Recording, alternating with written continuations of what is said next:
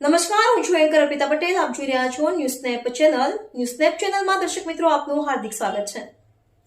દરરોજ નવીન સમાચાર જોવા માટે સતત અમારી સાથે જોડાયેલા રહો. ધંધુકા તાલુકાના રંગપુર ગામમાં ગટરકામમાં ભ્રષ્ટાચાર અને સામાન્ય સભાના નિયમ ભંગ મુદ્દે 25 જાન્યુઆરીથી અચોક્કસ મુદતના ઉપવાસ આંદોલનની ચેતવણી. અમદાવાદ જિલ્લાના ધંધુકા તાલુકાના રંગપુર ગામ ખાતે અંડરગ્રાઉન્ડ ગટરકામમાં થયેલ ભ્રષ્ટાચાર અને ગેરરીતિ બાબતે અગાઉ કરવામાં આવેલ અરજીનો આજ દિન સુધી કોઈ યોગ્ય નિકાલ ન થતા ભારે રોષ વ્યાપ્યો છે. આ અંગે આશરે 5 મહિના અગાઉ અરજી નંબર 1 કરવામાં આવી હતી, પરંતુ તેની યોગ્ય તપાસ કે સંતોષકારક જવાબ મળ્યો નથી. આ ઉપરાંત પંચાયત ધારા મુજબ દર 30 દિવસે સામાન્ય સભા બોલાવવાની ફરજ હોવા છતાં સતત 90 દિવસથી વધુ સમય સુધી સામાન્ય સભા ન બોલાવવામાં આવતા નિયમ ભંગ થયો છે.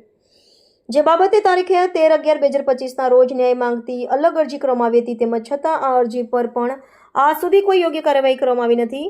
અરજદારોએ જણાવ્યા મુજબ બંને અરજીઓના નિકાલ માટે નક્કી કરેલા સમય મર્યાદા કરતાં ઘણો વધુ સમય વીતી ગયો છતાં તંત્ર તરફથી ઉદાસીન વલણ દાખવવામાં આવી રહ્યું છે.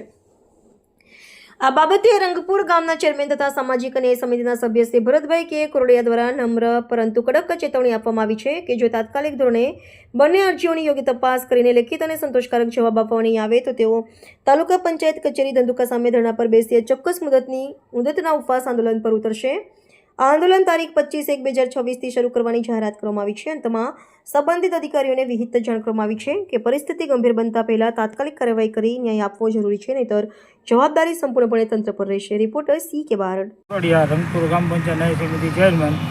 અમારા ગામમાં 23-24માં ગટર નાખી છૂટા નાળા નાખી 5 લાખનું બિલ ઉપર લીધું. વારંવાર તાલુકા પંચાયત રજૂઆત કરું છેલ્લા 5 મહિનેથી કોઈ યોગ્ય ન્યાય મળતો નથી. માટે હું 21 ઉપવાસ ઉપર તાલુકા પંચાયત બેસવાનો છું.